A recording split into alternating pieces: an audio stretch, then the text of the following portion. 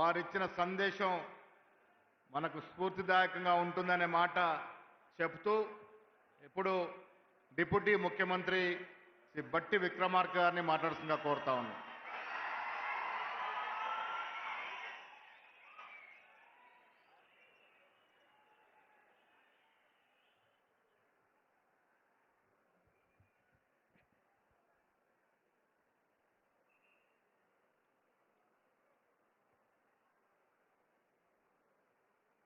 जय बापू, जय भीम, जेम्स संविधान సామాజిక సదస్సుకు అధ్యక్షత వహించినటువంటి మిత్రుడు రాష్ట్ర కాంగ్రెస్ కమిటీ అధ్యక్షులు శ్రీ మహేష్ కుమార్ గౌడ్ గారికి, ఈ కార్యక్రమానికి ముఖ్య అతిథులుగా విచ్చేసినటువంటి పెద్దలు పూజ్యులు అఖిల భారత కాంగ్రెస్ కమిటీ అధ్యక్షులు శ్రీ మల్లికార్జున్ ఖర్గే గారికి, అలాగే మరో ముఖ్య అతిథిగా విచ్చేసినటువంటి అఖిల భారత కాంగ్రెస్ కమిటీ ప్రధాన కార్యదర్శి శ్రీ వేణుగోపాల్ గారికి, అలాగే గౌరవ రాష్ట్ర ముఖ్యమంత్రి వర్యులు శ్రీ రేవంత్ రెడ్డి గారికి, రాష్ట్ర కాంగ్రెస్ వ్యవహారాల ఇన్ఛార్జ్ మీనాక్షి నటరాజన్ గారికి, ఇంకా వేదిక మీద ఉన్నటువంటి నా తోటి సహచర మంత్రివర్గ సభ్యులందరికీ, సిడబ్ల్యూసి సభ్యులకి, జిల్లా కాంగ్రెస్ కమిటీ అధ్యక్షులకి, రాష్ట్ర కాంగ్రెస్ కార్యవర్గ సభ్యులందరికీ, అలాగే ఈ సంవిధాన సామాజిక న్యాయ సదస్సుకు మారుమూల ప్రాంతాల నుంచి సహితం అనేక గ్రామాల నుంచి కదిలి వచ్చినటువంటి ప్రాణ సమానులైన కాంగ్రెస్ నాయకులారా, మీ అందరికి కూడా ముందుగా నా హృదయపూర్వకమైనటువంటి నమస్కారాలు తెలియజేస్తా ఉన్నాను. ఈనాటి ఈ సభ చాలా చారిత్రాత్మకమైనటువంటి సభ.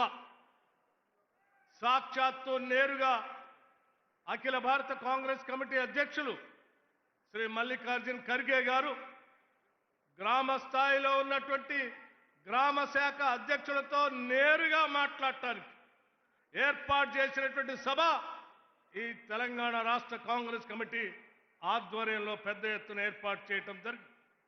వచ్చిన మీ అందరికి కూడా మరొక్కసారి నా హృదయపూర్వకమైనటువంటి అభినందనలు తెలియజేస్తూ, మన కోసం ఎంతో దూరం నుంచి వచ్చి సందేశం ఇచ్చినటువంటి పెద్దలకి ధన్యవాదాలు కూడా తెలియజేస్తూ చిన్న విషయాలు 2-3 విషయాలు చెప్పి ముగిస్తాను. మిత్రులారా, ఈరోజు దేశంలో ఒక సైద్ధాంతిక పోరాటం జరుగుతూ ఉంది. రాజ్యాంగాన్ని రక్షించాలని కాంగ్రెస్ పార్టీ, ఇండియా కూటమి ఒక పక్కన, రాజ్యాంగాన్ని రూపు మార్చాలని బీజేపీకి సంబంధించినటువంటి ఎన్డీఏ కూటమి ఒక పక్కన. భారత రాజ్యాంగం అంటే అదేదో కేవలం పుస్తకం కాదు. కొన్ని దశాబ్దాలుగా, శతాబ్దాలుగా ఈ సమాజంలో ఉన్నటువంటి ప్రజల ఆలోచనలు, పూజ్య బాపూజీ మహాత్మా గాంధీ గారి ఆలోచనలు, బాబాసాహెబ్ అంబేద్కర్ గారి ఆలోచనలు, జ్యోతిరావు పూలే గారి ఆలోచనల్ని పొందుపరిచి ప్రజల అవసరాల కోసం అందించినటువంటి అద్భుతమైనటువంటి గ్రంథం భారత రాజ్యాంగం.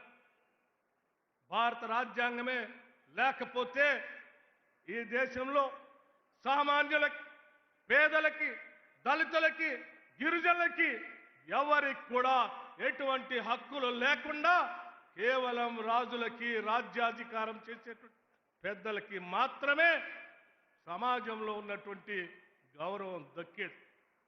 అటువంటి పరిస్థితుల్లో ఈ దేశంలో ఉన్నటువంటి ప్రతి పౌరుడికి కూడా సమానమైనటువంటి హక్కుని, గౌరవాన్ని కల్పిస్తూ ఈ దేశ సంపదని, ఈ దేశంలో ఉన్నటువంటి అవకాశాలని అందరికీ సమానంగా అందించాలని ఈ భారతదేశానికి బాబాసాహెబ్ అంబేద్కర్ కాంగ్రెస్ పార్టీ ఆధ్వర్యంలో అద్భుతమైనటువంటి భారత రాజ్యాంగాన్ని అందిస్తే దాన్ని అమలు చేయాలని ఈరోజు కాంగ్రెస్ పార్టీ పెద్ద ఎత్తున మనందరం, మన నాయకులు పోరాటం చేస్తూ ముందుకు పోతా ఉన్నాం.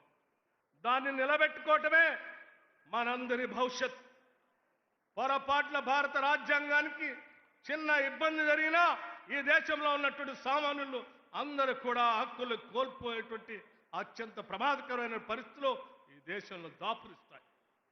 అటువంటి రాజ్యాంగ స్ఫూర్తితో కాంగ్రెస్ పార్టీ ఇచ్చినటువంటి పిలుపుతో ఈ రాష్ట్రంలో మీ అందరి ఆశీస్సులతో అధికారంలోకి వచ్చినటువంటి కాంగ్రెస్ ప్రభుత్వం వచ్చిన నాటి నుంచి ఈనాటి వరకు ఆ సామాజిక న్యాయ సూత్రాన్ని అమలు చేస్తూ అనేక రకాలైనటువంటి సంక్షేమ పథకాల్ని ఈరోజు రాష్ట్రంలో తీసుకొని వచ్చారు.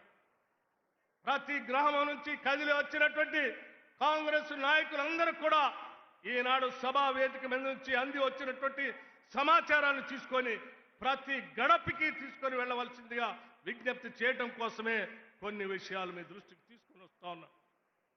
10 ఏళ్లు ఈ రాష్ట్రాన్ని దోపిడీ చేసినటువంటి టీఆర్ఎస్ పార్టీ, లేకపోతే ప్రజల గురించి ఏమాత్రం పట్టించుకోనటువంటి భారతీయ జనతా పార్టీ కాంగ్రెస్ ప్రభుత్వం పైన అవాకులు చెవాకులు పేర్లు బురద జల్లేటువంటి కార్యక్రమం చేస్తా ఉన్నాం. అందుకే వాస్తవాల్ని మీ అందరి ముందు ఉంచి మీ ద్వారా ప్రతి ఇంటికి సమాచారాన్ని చేరవేయాలనేటువంటి ఆలోచనతోనే కొన్ని లెక్కలతో సహా కొన్ని అంశాలను మీ దృష్టికి తీసుకుని రాదలుచుకున్నాం. మిత్రులారా, ఆలోచన చేయండి. ఈరోజు రాష్ట్రంలో ఉన్నటువంటి రైతాంగ సోదరుల కోసం కాంగ్రెస్ ప్రభుత్వం ఆనాడిచ్చినటువంటి హామీ మేరకు రైతు భరోసా పేరు మీద దాదాపు 69 లక్షల కుటుంబాలకి, రైతాంగ సోదరులకి ఇప్పటికీ 21,832 కోట్ల రూపాయల్ని రైతు భరోసా పేరు మీద రైతుల అకౌంట్లో వేశాం. కేవలం 9 రోజుల్లో 9,000 కోట్లని బహుశా భారతదేశ చరిత్రలో ఎవరు వేసిండరు. అది మన ప్రభుత్వం, మన రాష్ట్రంలో మనమే వేశాం. కేవలం 9 రోజుల్లో 9,000 కోట్లు. రైతు రుణమాఫీ ఆనాడు కాంగ్రెస్ పార్టీ హామీ ఇస్తే 2 లక్షల రుణమాఫీ చేస్తారా అని హాస్యమాడినటువంటి ప్రజలందరికీ బుద్ధి చెప్పేటట్టుగా కేవలం 3 నెలల్లో 20,000 కోట్ల రూపాయలు 25 లక్షల మంది రైతాంగ సోదరులకి రుణమాఫీ చేసినటువంటి చరిత్ర మన ప్రభుత్వానికి. అంతేకాదు మిత్రులారా, అదే రైతాంగ సోదరులు పండించినటువంటి ధాన్యాన్ని, సన్న ఓట్లు ధాన్యానికి కొనటానికి బోనస్ పేరు మీద ఒక్కొక్క క్వింటాల్కి 500 రూపాయల లెక్క ఈరోజు కొనుగోలు చేసినటువంటి ప్రతి క్వింటాల్కి వారి అకౌంట్లో డబ్బులు వేశాం. అంతేకాదు అధ్యక్షులారా, రైతాంగ సోదరుల గురించి ఆలోచన చేసి వారి ఇన్సూరెన్స్ కోసం దాదాపు 42 లక్షల మంది రైతాంగ సోదరులకి 2,181 కోట్ల రూపాయలతో రైతాంగ సోదరులకి ఇన్సూరెన్స్ చేశాం. రిలీఫ్ మెజర్స్ అధ్యక్ష 10 సంవత్సరాలు పంట నష్టం జరిగితే ఏ ఒక్కరోజు కూడా పట్టించుకోనటువంటి టీఆర్ఎస్ ప్రభుత్వానికి సంబంధించిన ఆనాటి నాయకులు ఈరోజు మాట్లాడుతూ ఉన్నారు రైతుల గురించి. మన ప్రభుత్వం రాగానే పంట నష్ట పరిహారాన్ని అంచనా వేసి లెక్కగట్టి దాదాపు 260 కోట్ల రూపాయల్ని ఈ రాష్ట్రంలో పంపిణీ చేసిన చరిత్ర కాంగ్రెస్ ప్రభుత్వాన్ని. పవర్ సబ్సిడీ స్నేహితులారా, రైతాంగ సోదరుల కోసం ఈ రాష్ట్రంలో 29 లక్షల పంపు సెట్లకి 29 లక్షల వ్యవసాయ పంపు సెట్లకి ఇప్పటికే 17,000 కోట్ల రూపాయల్ని ప్రభుత్వం విద్యుత్ శాఖకి రైతుల పక్షాన కట్టిందని చెప్పడానికి నేను గర్వంగా చెప్తా ఉన్నాను. అధ్యక్ష, మీ అనుమతితో ఇంకా 2 విషయాలు. ఇందిరమ్మ ఆత్మీయ భరోసా, భూమి లేని నిరుపేద ప్రజానికానికి, భూమి ఉన్నటువంటి వాళ్ళకే కాకుండా వ్యవసాయ కూలీలకు కూడా ప్రతి కుటుంబానికి సంవత్సరానికి 12,000 రూపాయలు ఇవ్వాలని ఇందిరమ్మ ఆత్మీయ భరోసా తీసుకొని వచ్చి ఈరోజు మన ప్రభుత్వం అమలు చేస్తా ఉంది. అట్లాగే మిత్రులారా, చేయూత పథకానికి 43 లక్షల మందికి 17,000 కోట్ల రూపాయలు ఇప్పటికీ పంపిణీ చేశాం పెన్షన్దారులకు. ఇందిరమ్మ ఇళ్ళు ఒక్కసారి ఆలోచన చేయండి. ప్రతి ఇంటికి 5 లక్షల రూపాయల లెక్కన ప్రతి శాసనసభ నియోజకవర్గంలో 3,500 ఇళ్లకు తగ్గకుండా రాష్ట్రంలో 4,50,000 ఇళ్లకి 22,500 కోట్ల రూపాయలతో ఈ రాష్ట్ర ప్రభుత్వం ఇందిరమ్మ ఇళ్లని శాంక్షన్ చేసింది. అట్లాగే మహాలక్ష్మి రాష్ట్రంలో ఉన్నటువంటి మహిళలందరూ ఉచితంగా ఆర్టీసీ బస్సులో ప్రయాణం చేయటం కోసం దాదాపు 188 కోట్ల సారి ఈ రాష్ట్రంలో మహిళలు ప్రయాణం చేస్తే వాళ్ళందరూ కలిపి దాదాపు 4,500 కోట్ల రూపాయలు ఇప్పటికే ఆర్టీసీకి రాష్ట్ర ప్రభుత్వం చెల్లించింది. గృహజ్యోతి మిత్రులారా ఆలోచన చేయండి. ఈరోజు గ్రామీణ ప్రాంతాల నుంచి వచ్చినటువంటి వాళ్ళు దాదాపు ప్రతి గ్రామంలో 80% ప్రజానికం 200 యూనిట్ల ఉచిత కరెంటుని అనుభవిస్తూ దాదాపు 51 లక్షల కుటుంబాలకి ఈరోజు ఉచితంగా 200 యూనిట్లు పవర్ ఇస్తూ వాళ్ళ కోసం 2,110 కోట్ల రూపాయలు ఇప్పటికి రాష్ట్ర ప్రభుత్వం విద్యుత్ శాఖకి నిధులు చెల్లించింది. ఎల్పిజి సిలిండర్ పేదవాళ్ళకి 500 రూపాయలకే ఎల్పిజి సిలిండర్ ఇవ్వాలని ఆనాడు కాంగ్రెస్ ప్రభుత్వం పార్టీ అధికారంలో ఇస్తామని హామీ మేరకు ఇప్పటి వరకు రాష్ట్ర వ్యాప్తంగా 641 కోట్ల రూపాయల్ని ఎల్పిజి సిలిండర్ 500కే ఇచ్చేటట్టుగా ఈరోజు రాష్ట్ర ప్రభుత్వం నిధులు చెల్లించి. మిత్రులారా ఒక్కసారి ఆలోచన చేయండి. పేదవాళ్ళు బడుగు బలహీన వర్గాలకు సంబంధించినటువంటి వాళ్ళు అనారోగ్యానికి గురైతే వైద్యం చేపించుకోవడానికి అవకాశం లేకపోతే కాంగ్రెస్ ప్రభుత్వం రాగానే 10 లక్షల రూపాయల వరకు రాజీవ్ ఆరోగ్యశ్రీ పథకాన్ని పెంచి ఈరోజు రాష్ట్ర వ్యాప్తంగా 93 లక్షల కుటుంబాలకి ఈరోజు రాజీవ్ ఆరోగ్యశ్రీ పథకాన్ని అమలు చేస్తూ ఉన్నాం. అట్లాగే వడ్డీ లేని రుణాలు రాష్ట్రంలో ఉన్నటువంటి మహిళలందరికీ 20,000 కోట్ల రూపాయల సంవత్సరానికి వడ్డీ లేని రుణాలు ఇవ్వాలని ఆలోచన చేయటమే కాదు, ఈ సంవత్సరం 21,000 కోట్ల రూపాయలు దాటాం. 5 సంవత్సరాల్లో 1,00,000 కోట్ల రూపాయల్ని మహిళలందరికీ వడ్డీ లేని రుణాలను ఇచ్చేటువంటి కార్యక్రమాన్ని కాంగ్రెస్ ప్రభుత్వం చేపట్టిందని చెప్పి సగౌరవంగా మీ అందరికీ తెలియజేస్తా ఉన్నాం. మిత్రులారా రైస్ సబ్సిడీ సన్న బియ్యం ఈరోజు రాష్ట్ర వ్యాప్తంగా 93 లక్షల కుటుంబాలు, బహుశా దేశంలో ఎక్కడా లేదు ఇది. రేషన్ కార్డు వాళ్ళందరికీ సన్న బియ్యం ఇచ్చి ఫైన్ రైస్ ఇచ్చి ఈరోజు దాదాపు వడ్లతో కానీ సన్న బియ్యంతో కానీ 13,500 కోట్ల రూపాయలు వెచ్చించి రాష్ట్రంలో పేదలందరికీ సన్న బియ్యం ఇస్తా ఉన్నాం.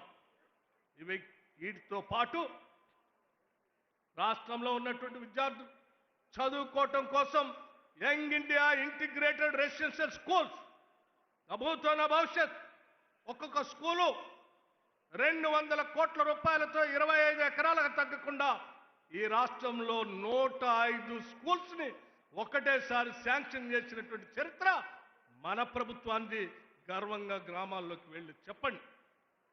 ఈ రాష్ట్రంలో ఉన్నటువంటి పేద గిరిజన కుటుంబాలకు వాళ్ళందరికీ ఆనాటి కాంగ్రెస్ ప్రభుత్వం ఫారెస్ట్ రైట్స్ యాక్ట్ కింద ఇచ్చినటువంటి దాదాపు 6,70,000 ఎకరాలకు ఈరోజు ఇందిరా సవర గిరి జల వికాసం అనే పథకం పెట్టి 12,500 కోట్ల రూపాయలతో నల్లమల్ల అడవుల్లో రాష్ట్ర ముఖ్యమంత్రి రేవంత్ రెడ్డి గారు లాంఛనంగా ప్రారంభం చేస్తే ఆదిలాబాద్ నుంచి అటు భద్రాచలం వరకు అటు కృష్ణా పరివాహక ప్రాంతంలో ఉన్న 6,70,000 ఎకరాలకి సోలార్ పంప్ సెట్లతో పాటు డ్రిప్ ఇరిగేషన్ స్ప్రింక్లర్స్ ఇచ్చి వాళ్ళు అద్భుతంగా ఉద్యానవన పంటలు పెంచుకోవటానికి కావాల్సిన ఏర్పాట్లు ఈ రాష్ట్ర ప్రభుత్వం చేస్తూ ఉంది.